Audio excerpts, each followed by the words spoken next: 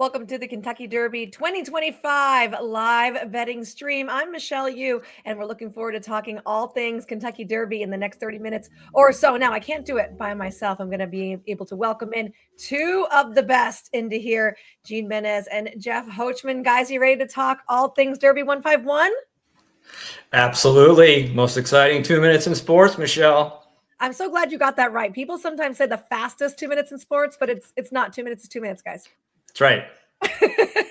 All right, let's talk a little bit about our general thoughts on race day, expectations. What are we thinking about going into this week? I'll go ahead and go. It's, as Jeff said, it's the most exciting 2 minutes in sports. This is my favorite day of the year. As a handicapper, maybe only the Breeders' Cup is a better day, but for one race, the Kentucky Derby is the best betting race of the year, because you have big pools, big prices, a lot of uninformed money, people betting on colors, numbers, and names. So there's an opportunity to make a big score in the Kentucky Derby. And, it's a big party. It's like the Super Bowl and Coachella, like rolled into one, and dress that baby up in pastels. Jeff, what about you? What are you looking forward to this week? I'm looking forward to, Bob Baffert's return to Churchill after a 3-year ban.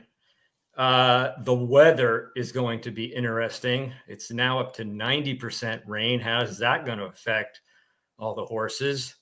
And Baeza drawing in is very interesting to me because, he's a buzz horse coming in. His highest equibase speed figure is 3 points below journalism. And we know how many people love journalism in this race. I'm not one of them. We'll get into that a little bit later on. I know Michelle likes journalism quite a bit. And will the favorite win? Excuse me. Will the favorite win for the first time since 2018? The post-time favorite, Justify, in 2018. So we've had 6 straight long shots, relatively. Gene had it last year with Mystic Dan, 18-1. Oh, Gene, what about some storylines for this year? We don't want to toot your horn too much. We got to turn the page, Jeff. Okay, we can't be too nice to Gene. Storylines for this year, including a lot of horses coming out at the last minute. Yeah, storylines. Jeff touched on probably the biggest one with Baffert making his return to the Derby since 2021. There are also I like the underdog stories, right? Chunk of Gold. He was Coal Battle. Coal Battle. Chunk of Gold was a $2,500 purchase, and he's made 150 times that so far. You've got Lonnie Briley, who's 72 years old, trainer of Coal Battle. I actually think Coal Battle and Chunk of Gold could run well, maybe finish underneath. And Lonnie Briley is not even the oldest trainer in the Derby. That, obviously is Dwayne Lucas, 89 years old. He has American Promise, who's really coming up to the race really well. If he wins, Lucas would become the oldest winning trainer of the Kentucky Derby, surpassing Art Sherman, trainer of California Chrome. So those are just a few of the storylines going into tomorrow. I got to add to the Lonnie Briley thing. So he's been training since the 90s, and this is his first year he's ever had a graded stakes performer. Crazy. So that was very cool. $70,000 purchase there. I love Coal Battle. I don't think that he wants 10 furlongs. I think his pedigree really states that he's going to be better going shorter. Yeah, we'll get to it a little bit later on, but Coal Battle is one of my top selections. And, I am concerned that he won't be able to handle the 10 furlongs. His dosage index, which we'll also get into, suggests that he can.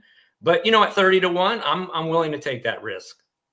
He should be more than that, maybe. All right, Jane, you mentioned the fact that there's a lot of uneducated bettors coming into the Derby where people bet in their favorite color, their grandma's birthday, the name that they like. What is the best betting advice you can give? So there are really 3 things that, any kind of new bettor to horse racing should know. One, betting on horses is hard, right? Hard. For example, journalism is 3-1 on the morning line. That's equivalent to plus 300 on the morning line for any sports bettors out there. Plus 300, to give you a little bit of context, is what the price was on the Dallas Cowboys going into Philadelphia in week 17 last season to beat the Eagles.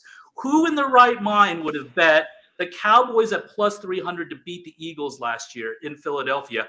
I think they ended up losing 41-7. Yet, plus 300 is the price that you're getting on journalism to win the Kentucky Derby. That's how hard horse racing is. Two, you got to ask yourself, what kind of bettor are you? Mm-hmm. Right? Are you someone who wants to take $20 and turn it into $40, into $400, into $40,000? Now, $40,000 isn't necessarily the right answer to that question. Everyone's might answer that a little bit differently. It's really how you value your money and how much, money you're willing to lose, right? But that is going to frame how you bet the race. A lot of people ask me, who do you like in the Kentucky Derby? But they don't ask me how I'm betting the Kentucky Derby, right? And that's the final thing, is there's a difference between the horse to bet and the horse to beat. And we'll get into this a little bit later with our picks. But journalism is plus 3-1, is 3-1. And I consider him the most likely to run his race and to finish in the top two. But there's another horse that I like that offers better odds that I'm going to play to win.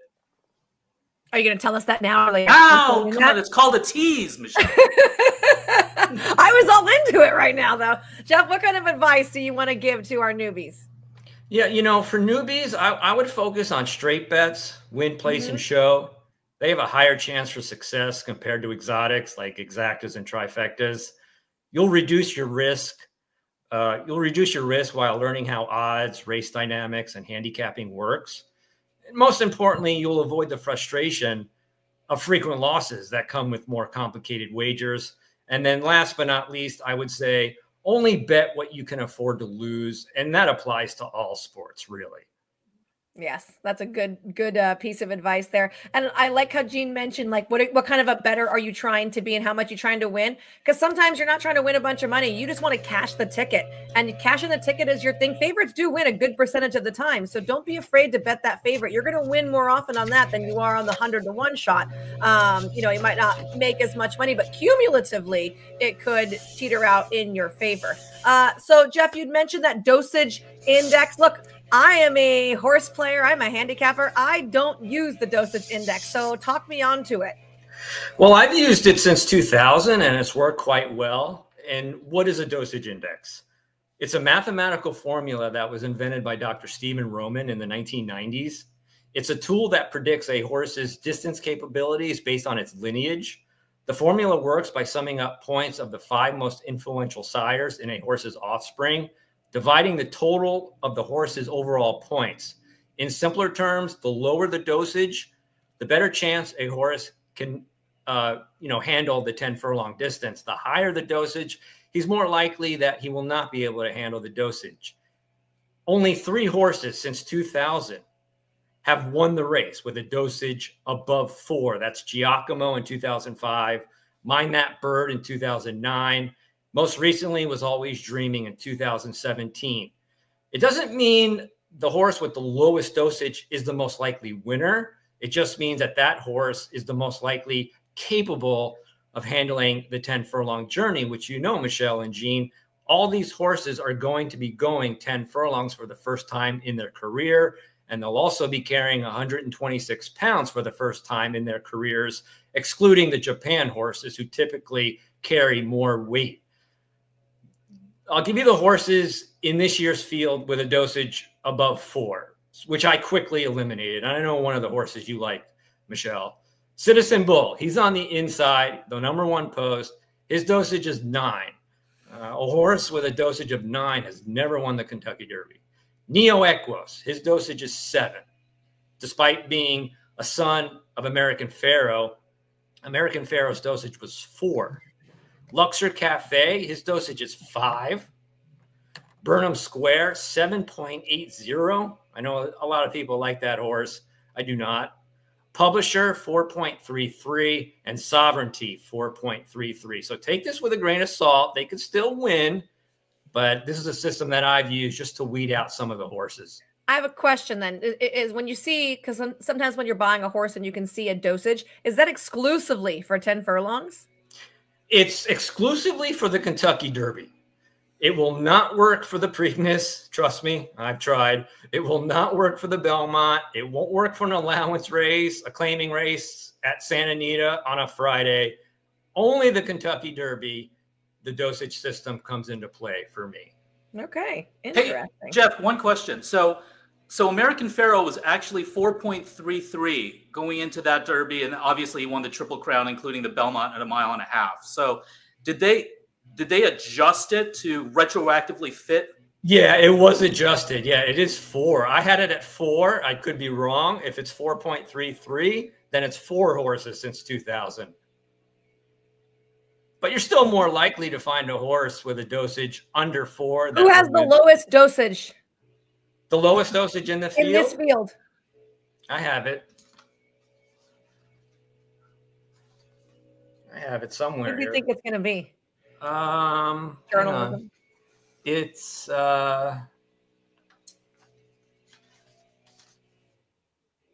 number 6, Admire Daytona, 1.86. Okay. 1.86? 1.86. He won the UAE Derby. Mm-hmm. Jeff, head-to-head. Sovereignty versus Admire Daytona. You and me. Sovereignty is 4.33 versus Admire Daytona. What do you think? I like I'll take Sovereignty all day on that one. Yeah, Sovereignty. Sovereignty. Well, but that's going against your dosage, Jeff. Well, it's you take it with a grain of salt. It's not foolproof. There's no handicapping method that's foolproof. But yeah, American Daytona. I mean, the Japan horses has never won the Kentucky Derby, so that's even though he will appreciate the 10 furlongs. I don't see him having much of a chance tomorrow. All right, fair enough. Let's talk a little bit about post position. So Citizen Bull that we've talked about has drawn the dreaded rail. I think of all trainers in the history of trainers, no one hates the rail trip more than Bob Baffert, and there he gets it. Baiza now draws in off the alsos. He's going to be parked on the outside. Gene, how important is where they draw? Well, it's important, obviously, and Baffert really was the big loser on last week with Citizen Bull drawing the 1 and then Rodriguez drawing the 4. But of course, Rodriguez is out now. So, I had Citizen Bull as a fringe player anyway. He's going to have to send from the gate. And, with the introduction of the new starting gate a few years ago, it's the 1 hole is not as bad as it used to be. I actually expect a horse at some point to win the Kentucky Derby from the 1 hole. There are some horses, I bet you Chunk of Gold would love to switch places with Citizen Bull right now. And I think Chunk of Gold would have been a really interesting long shot had he drawn inside, but he drew outside. So, in the end, I think really Citizen Bull is the only big loser from the post draw. Did you hear like Mark Cassey earlier this week said that he thinks that we should revamp the post draw and we should do it in order of points. So if you have the most points, you get to pick your starting stall. Yeah, Any thoughts on that? That's no fun though, right? I mean, come on. I mean, that's been floated. That idea has been floated before. I don't know. I mean, what if you made it like this? What if you made it where they go in that order, in the order of points, but you still have to draw? So your post is still random, but like the higher points you have, the better opportunity you have for more starting stalls. I guess. Yeah, that could be fair. That's not a bad idea. Why don't you float that to Churchill Downs? I'll get right on the phone. Jeff, what about you? Any thoughts from post position here? Well, look, I mean, every horse can win. A horse is won from every post position except number 18. Sandman's going to try to break that streak this year. Obviously, excuse me? Oh, well, he moved. Well, okay, hold on now. Yeah, he moved in. So he is 17. Okay, sorry. So we are only going by actual starting position and not saddle towel number. All right, yeah, so that makes sense. I mean, Ferdinand was the last horse to draw post 1 and win. Post 20, Big Brown, remember? Big Brown in 2008. He was a freak. And Rich Strike, of course, in 2022. But I believe Rich Strike came out of the 21st hole, right? Well, no, because we only have 20 stalls. We only have 20 stalls. So but he had the 21, or no, he might have had the 22 saddle towel, didn't he? Because wasn't he second AE? No, I think he was 21. I'm pretty sure he was 21. Yeah. 21, but he came out of the 20 hole, right? 20 hole, yeah. Okay, so like Gene mentioned, we've had a revamp of the Kentucky Derby starting gate. So it used to be the main gate and then the auxiliary gate. So what they did was they pushed the main gate out. So if you were in the one hole, there were like 3 or 2 paths inside that you could fall into and get pressured down. And then if you were in the 15 and 16 hole, there was a big gap there, so you could kind of come over. So there were these spaces. Now they have brought in this Australian-based starting gate, so it fits all 20 horses seamlessly, which has made a big difference as far as fairness from a post position standpoint, as much as you can get in a 20 horse field. Looking at the prep and the preparation for the Kentucky Derby, what do you guys think weighs more? Do you think it's going to be past performances, workouts, visibly watching races, dosage? What's the key here? I mean, obviously past performances really are, where your starting point is. And I think, maybe as if everything else is equal, then, you kind of go through, how they're working out in the morning. I won't throw anyone out necessarily just because they're, maybe not training as well as someone else, but I might toss somebody in, like, Final Gambit, for example, has never raced on dirt before, but he's bred for it. He's a son of Not This Time. He's coming off a great performance on the poly track or the synthetic surface at Turfway. And he's been training great on it in the morning. So in that situation, I think you could use the past or the morning workouts as some of the data that you should use to handicap him. But has Brad got him behind horses where he's getting all the kickback? And that's the difference. He's been training well on it, but can you take it in the face also? But he's also drawn on the inside, and there are not that many horses who are going to be able to get an inside trip. He'll be one of them if he wants it. Jeff? I mean, post positions are important to see how horses have performed. I mean, past performances are never indicative of future result. Horse players are projecting it if a forward move is likely or if the horse is going to bounce off that, number that they posted last time. Workouts, I would say, take with a grain of salt. Some trainers purposely work their horses slow, others fast, namely Bob Baffert. He always works his horses extremely fast. You just want to make sure there's not a gap in workouts. Usually trainers work their horses every 6 days. So if you see a huge gap in the workouts, that's a red flag. Visuals are very important. I always like going to Express Bet and looking at how the horses are galloping and, who they're training with, their stablemate. So, yeah, horses might have had bad trips, slow breaks, stumbles out of the gate. And, it's wise to watch replays to see just how of a bad or good of a trip they've had. And it's also listed in the racing form to the right. You could see all the comments, trouble trip, bumped at the start. So I would use a combination of all those. I would also recommend, if you're reading the comments, to go and watch the race yourself, because sometimes the trouble is exaggerated. Jason has a good question. Is there more or less kickback in the mud compared to the dirt? Michelle, you're probably the best one to answer that question. Yeah. Right? I mean, personally, it's just different, right? The dirt kind of pelts at you and then it falls off for the most part. Obviously, sometimes there's more moisture in it, so it does get a little stickier. But when it's mud, it is coming back at you and it's sludgy and it's hitting you with a bigger impact. Instead of like pelleting, it's like clong, clong, clong, clong. And then it's staying on there. So if a horse gets a bunch of mud chunks in the face, they can be larger, so it's going to hurt to get a huge chunk hit in the face. And then if it stays there and it maybe obstructs their vision or obstructs their nostrils, it's certainly more detrimental than a little bit of dirt, flicking at you and then falling right off. And the mud, I would imagine the jockeys don't like the mud because they got to switch goggles 2 or 3 times.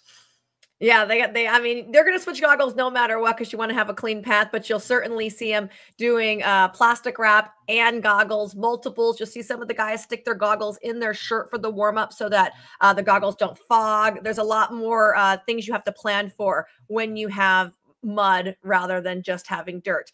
What about the rest of the card? Because there's a huge card, not only for today, Friday, Kentucky Oaks Day, but also for Derby Day. You guys have a favorite race that's coming up underneath besides Derby? So the Churchill Downs Sprint is turning into a battle there. Nisos, you've seen Nisos out there, Michelle, Mulligan. 2 for 2 at Churchill Downs. I don't like Mulligan off the layoff. Off the layoff, that's the one question. But he runs well off the layoff, if I recall correctly. He won once, but then he ran 5th once, and then he ran like 3rd in the Breeders' Cup.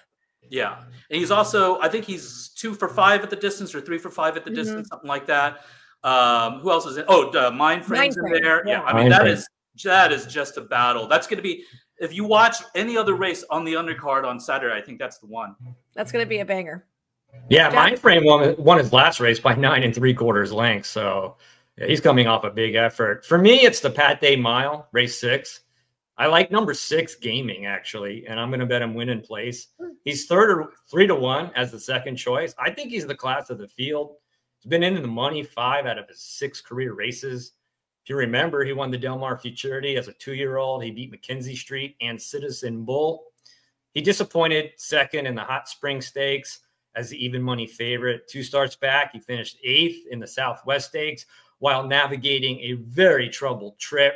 He owns the fastest late pace speed figure in the field. I think he's sitting on a big race. The only unknown is the weather. He's never raced on a wet track, and he's earned the most money in the field, $653,000. So Pat Day Mile for me, number 6 Gaming, win in place. All right. Also want to talk a little bit about just our top picks in the Kentucky Derby. Have we gotten those yet? I don't think so. Number 1. What's your number 1 top horse, Jeff?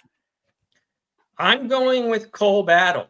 As your number 1 pick, that's going to win the race? One pick. That is so crazy. It is crazy, but you got to look for value here in the Kentucky Derby. And I'll tell you why. Maybe because I had him in the Rebel. I gave him out in the Discord at SportsLine. I just really like this horse. I think people are sleeping on him. I know there's distance questions. Like you said earlier, he was purchased for $70,000 by Norman Stables. He's won 4 consecutive races before his 3rd place in the Arkansas Derby, which I don't think he was fully cranked for. 2 starts back, he won the Rebel. He was 12-1.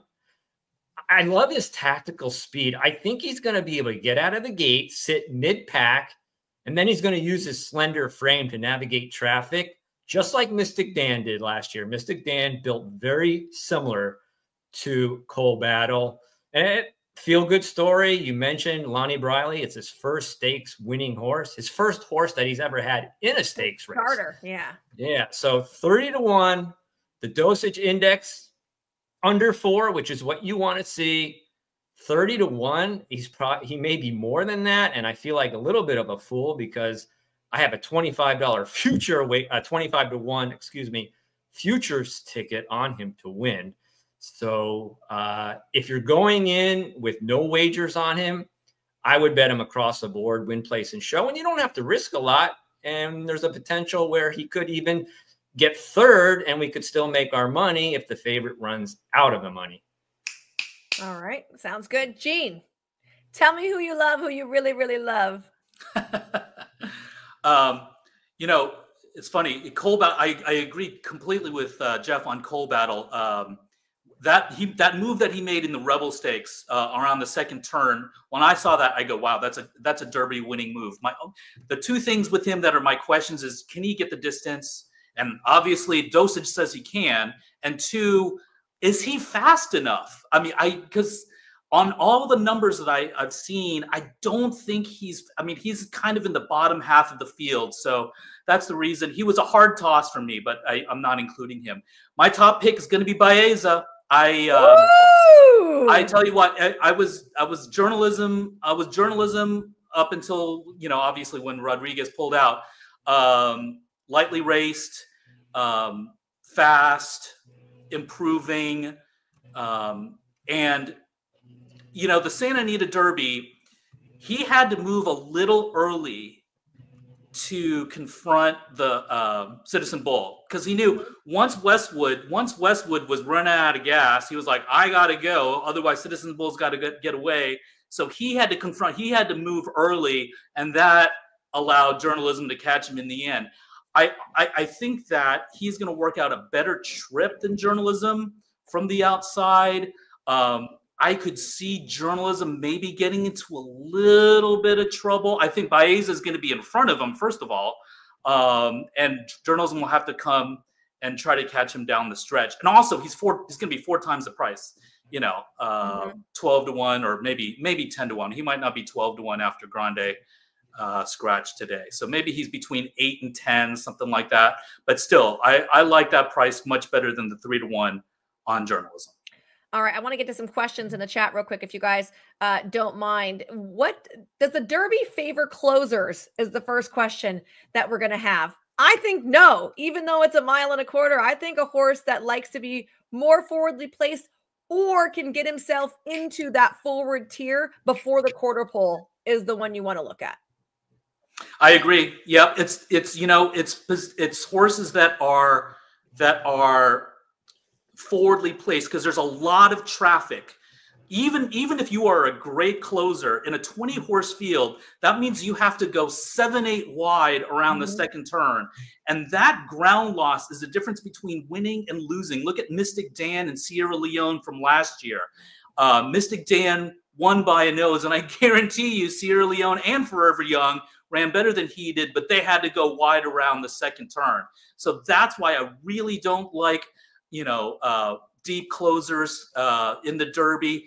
Sovereignty, I think, has a chance to get there. Of course, if the pace melts down, like, let's say Orb did, then, they definitely got a chance. And you're going to have to save ground at some point. But I prefer horses that are more forwardly placed in the Derby. Jeff? Yeah, Gene stole a lot of my thunder there. I don't like horses coming from way back. They need to be mid-pack or forward. It's very tough navigating the traffic between, 19 other horses. And, Gene just nailed it. I don't really have anything to add. Perfect analysis. Unless you have a closer who can come on the rail like Rich Strike did. It's not the horse, it's the jockey at that point, right? Right. You got to have a jockey with enough cojones to come up the rail. Yeah. Right. Like Rich Strike did, or Calvin Burrell did on that bird. You know who's capable of doing that tomorrow? Who? Brian Hernandez. He did it on Mystic Dan last year. And if you look at Burnham Square's past performances, Does he like to come inside? Yes, he has showed an affinity. He's one of the few. Actually, journalism, I think it was his first or second race, showed an ability to run inside. If you can run inside, you've got a major advantage, especially in this field, because everyone else likes to go wide to pass horses. So, and you need a jock who's willing to do it. Jareth Loveberry. Jareth is on Chunk of Gold, right? Mm-hmm. Yeah. So that's what I was saying. If Chunk of Gold was on the inside, he did that on 2 fills, 2 years ago. He didn't get there. I mean, he was second. But so Brian Hernandez, I like his chances to come up the rail. Big Cheesy loves Burnham Square also.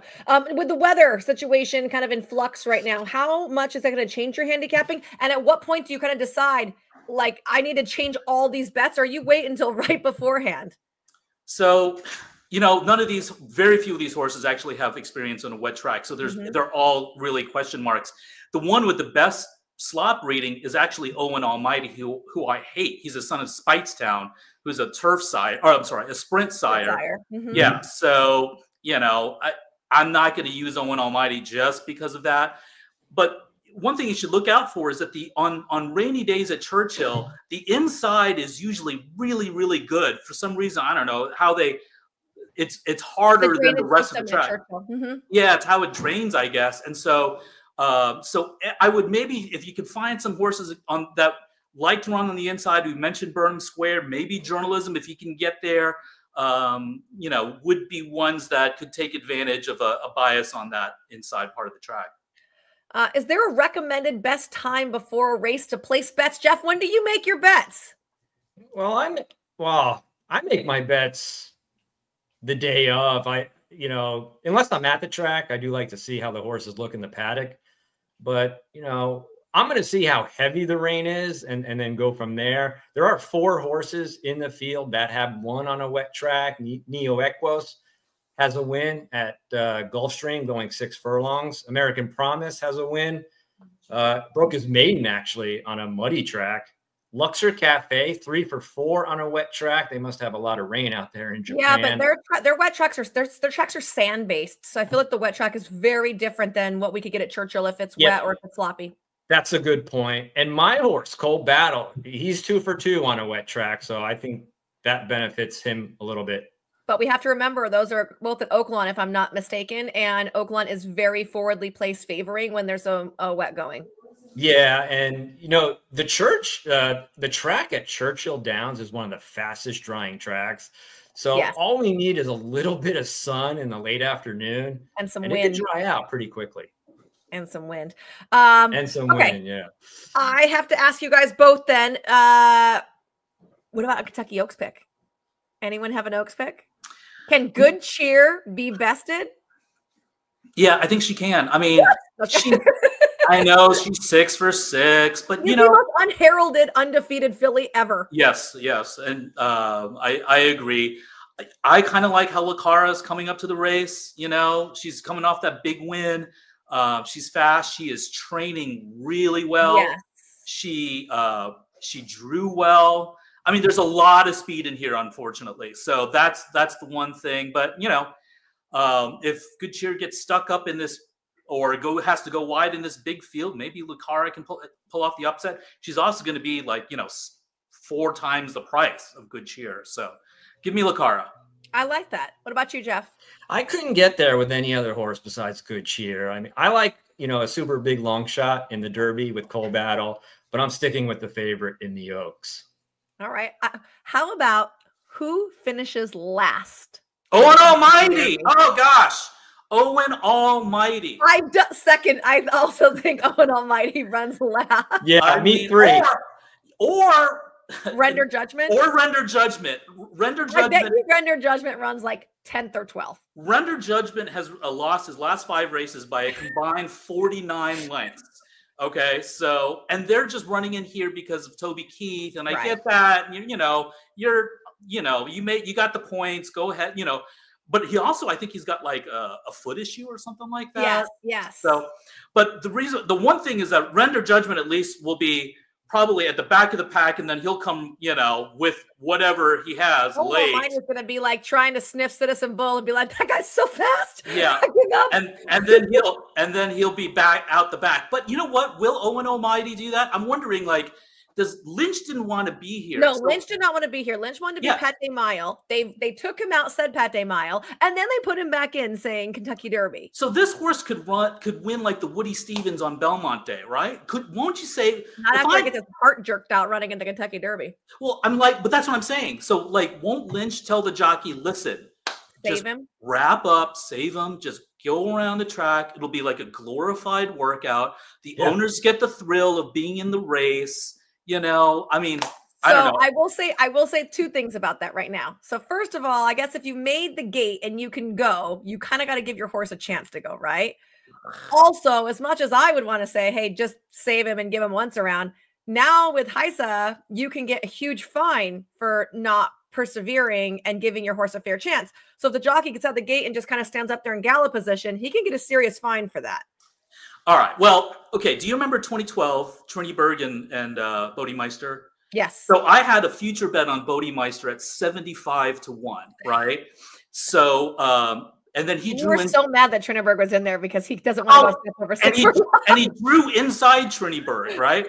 But if you watch the replay of that race, Trinity Berg, while he got out there, he never really engaged Bodemeister. He was just kind of wide. He was 6 wide, and you kind of got the feeling that he was just kind of there just to kind of be there. Bodemeister turned home. He was up by 5 lengths. I'm sitting here counting my money for my futures ticket, and here comes I'll have another. Anyways, that's a different story for another day. I like it. You mentioned Owen Almighty. I mean, when the trainer doesn't want to run, but the owner wants to run, that's a huge red flag. And Owen Almighty really belongs in the Pate Mile. Yep. So, I think he's a great candidate to come in last if you could find a prop wager on that one. All right. Bodemeister, a great name is what one of our chats come in. So guys, thank you so much for joining us here on the 2025 Kentucky Derby betting live stream. I hope that you got a lot out of that and look forward to a great Kentucky Oaks. And then tomorrow, my birthday, the Kentucky Derby. Oh, happy early birthday, Michelle. Thanks. Can I give out my Exacta box? No. Don't want to. Yeah. Go ahead. Tell me. All right. In addition to Cold Battle across the board, I'm going to use a $2 Exacta box, the 8 Journalism, 12 East Avenue, 16 Cold Battle, 17 Sandman, and let's throw in Baeza, $2 Exacta box. It's going to cost you $40. Gene, you got something to come back with? For a huge payout. What's that? I want to see if Gene had a Exacta to back it up with. Well, so my top 5 choices are Baeza, Journalism, Sovereignty, Burnham Square, and Luxor Cafe in that order. So use it however you want. Box the top 3, box all 5 if you want. Key Journalism in all 3 spots, but those are my top 5 picks for the Kentucky Derby. I'm certainly on an island with Cold Battle, that's for sure. You will be one of the only people celebrated. I think so. I don't think anybody has picked that horse, but hey, I love it. What? It's really fun to pick a long shot horse like that when they come and deliver. So I'll be cheering you on. He's got ability. We know that. He's earned over $1 million. It's, it's not like Flying Gambit is 30 to 1. He hasn't earned over $1 million. I was agree. very surprised. He's the great feel-good story too. I think he's run very outside. He's up against it from a pace standpoint, and I am dubious on that pedigree. That is Cole Front, who was a sprinter out of a midshipman mare. I mean, midshipman could get you a lot, but that's just a lot of ask for him. Yeah, the wet track definitely helps him too.